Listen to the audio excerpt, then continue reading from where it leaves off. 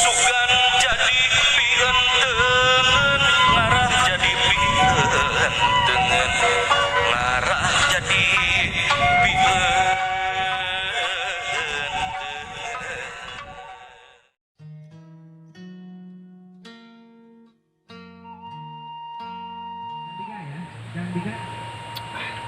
Minum kopi sudah cukup segar nih. Kita lanjutkan lagi menelusuri kawasan Danau Hutan Cibunian selanjutnya. Yuk kita berangkat ke atas. Oke. Jangan sampai meninggalkan sampah. Lingkungan harus dijaga nih. Sebelum kita lanjutkan, kita sampahnya bereskan lagi ya. Sebelum perjalanan kita lanjutkan, sampah ini dibereskan dan kita bakar. Insya Allah tidak akan kebakaran hutan, karena sebentar lagi kita akan tutup dengan apa? Dengan air sini, biar nggak kebakaran hutannya.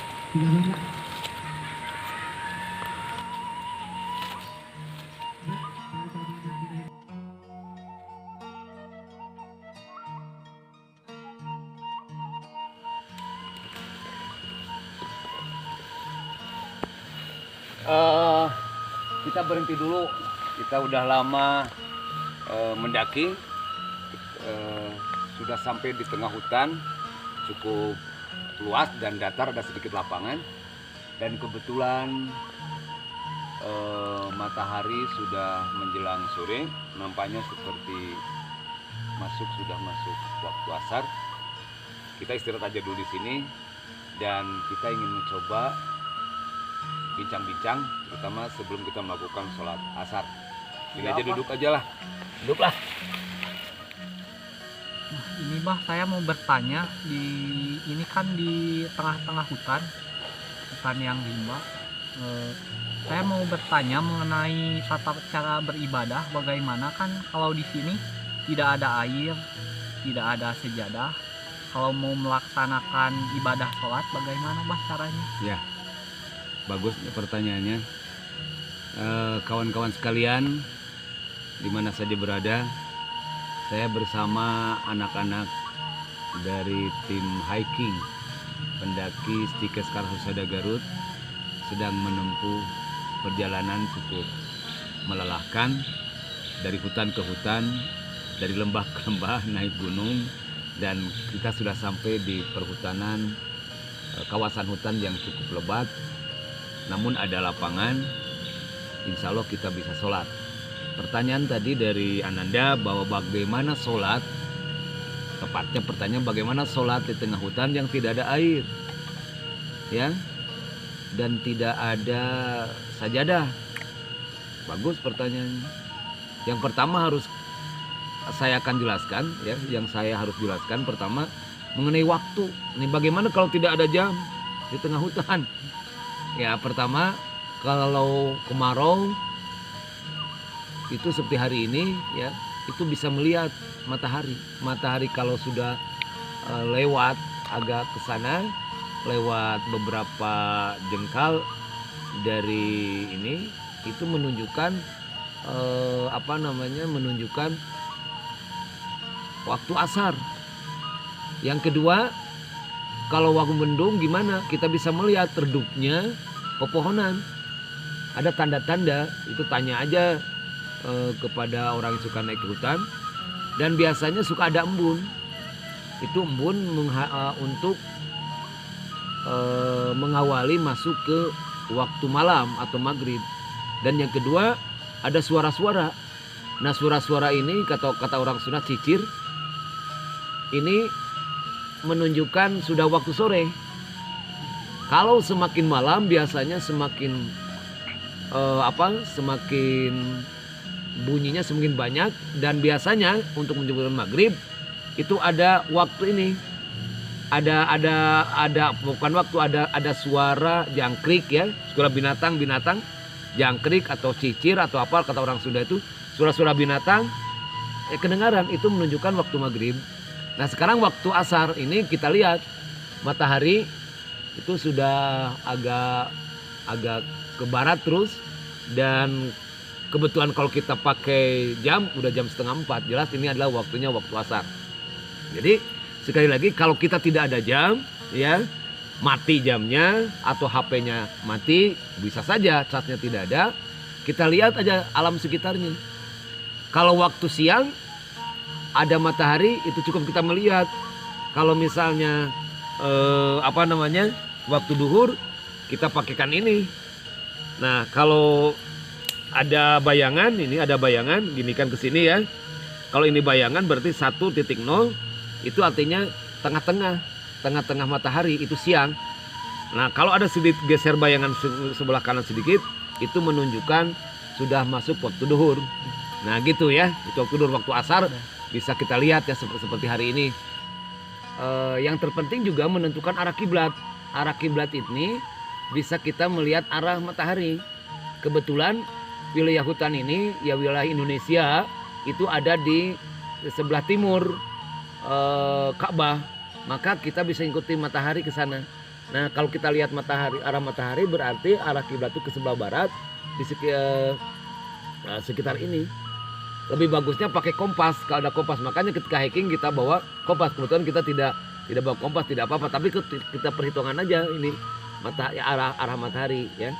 Nah selanjutnya bagaimana caranya berwudu? Karena syarat sahnya sholat harus berwudu ya. Kalau kita memang tidak ada tidak menginjakkan yang najis ya. Kemudian juga kita harus yakin bahwa tanah kita ini, tanah di hutan itu jauh daripada najasah atau najis. Kalau tidak ada air maka kita bertayamum. Bisa pakai tanah. Kalau di sini kebetulan ini rumput-rumput, maka kita bisa pakai debu. Debu itu bisa kita ambil dari bebatuan. Di sini kebetulan tidak ada batu, hutan lebat, maka bisa kita ambil dari debu-debu itu untuk pengganti wudhu dengan tayamum, yaitu dari kayu ya. Caranya begini, kita lihat yang keringnya aja ya. Keringnya kita praktek aja, kita lihat saya nanti kita yang kering. Coba kita lihat yang kering aja ya. Tuh di sana tuh, coba yang kering nih. Nah ini coba ininya dibuka aja dulu ini semua ya. Ya, itu ininya dibuka. Kalau madhab Syafi'i sampai sikut nanti ya tayamumnya, tetapi kalau madhab yang lain tidak sampai sikut. Ini contohnya begini. Ini anggap debu, ini Allah itu Maha Adil ya. Ya, ini dari kayu yang kering. Ini kan langsung tayamum. Bismillahirrahmanirrahim. Nawaitu tayamum. Mau bahasa Sunda, mau bahasa Indonesia, mau bahasa Arab, bahasa Indonesia juga nggak apa-apa. Dalam hati kita niat tayamum ya. Ulangi lagi. Ini kan ya. Tuh. Nah, ini debu, tepuk-tepuk dulu. Niatnya niat tayamum pengganti wudhu. Langsung ke mukakan gini. Tuh caranya. Usapkan gini. Sampai rata. Tepuk lagi. Nah, langsung sampai sini. Sampai sini. Atau ada yang kalau Imam Syafi'i sampai sini. Ya, kita langsung tayamum beneran hari ini karena untuk sholat ya. Niatnya tayamum di masing-masing. Oke, kita untuk sholat kita tayamum aja dulu ya. Bismillahirrahmanirrahim. Nawaitu tayamum. Bismillahirrahmanirrahim.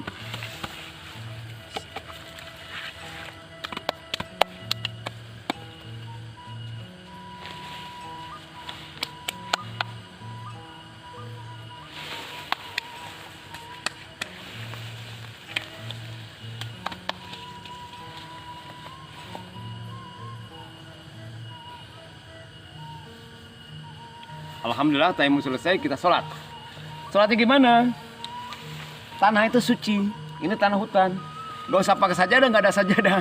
Sepatu juga gak apa-apa, gak usah dibuka. Ya, gak usah dibuka. Ya, kalau kita takut ada semut, ada apa, kita bisa pakai kain apa, pakai baju atau apa. Kebetulan saya pakai ini, kita sholat. ya, kita sholat ya, kita praktek sholat sekarang. Oke, kita sholat langsung. Allahu Akbar, asyhadu an la ilaha illallah, asyhadu anna Muhammadar Rasulullah. Hayya 'alas shalah, hayya 'alal falah. Qad qamatis shalah, qad qamatis shalah. Allahu Akbar, la ilaha illallah.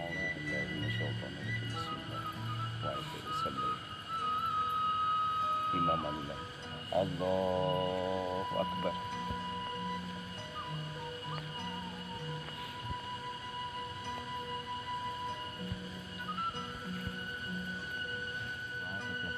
Salat berguna kepada Allah Subhanahu wa taala. Semoga kita senantiasa diridhoi Allah Subhanahu wa taala. Allahumma shalli wa sallim wa barik ala sayyidina Muhammadin wa ala alihi wa sahbihi ajmain. Amin ya Allah ya rabbal alamin. Allahumma shalli ala sayyidina Muhammadin al-fatih lima ughliqa wal khatimi lima sabaqa. Nasirul haqqi bil haqqi wal hadi ila siratikal mustaqim.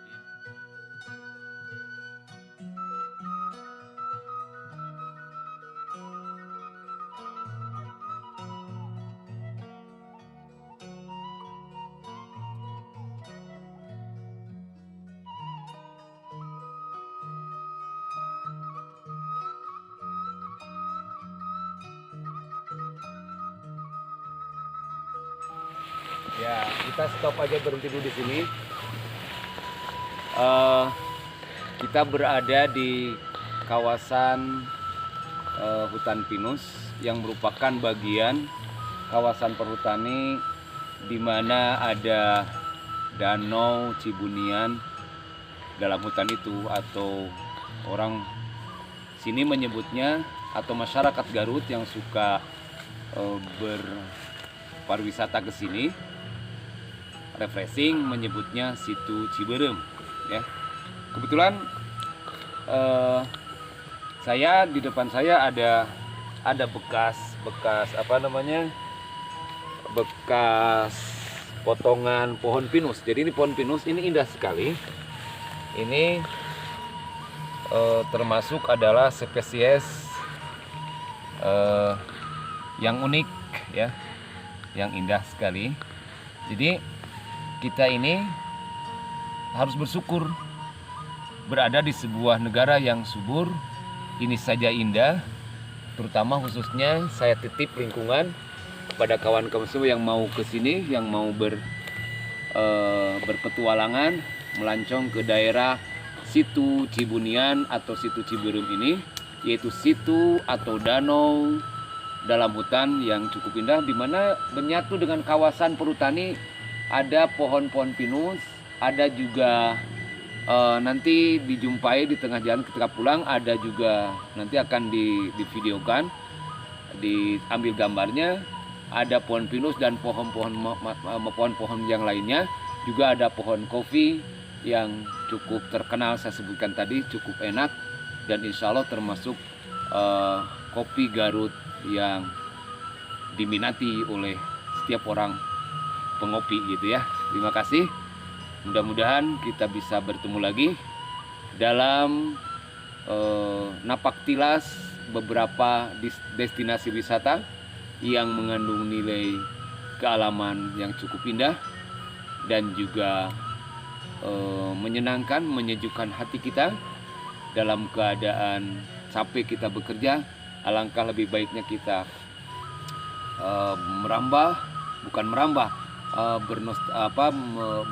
berpariwisata, melancong, hiking ke gunung-gunung, sehingga kita semakin dekat dengan Allah Subhanahu wa taala.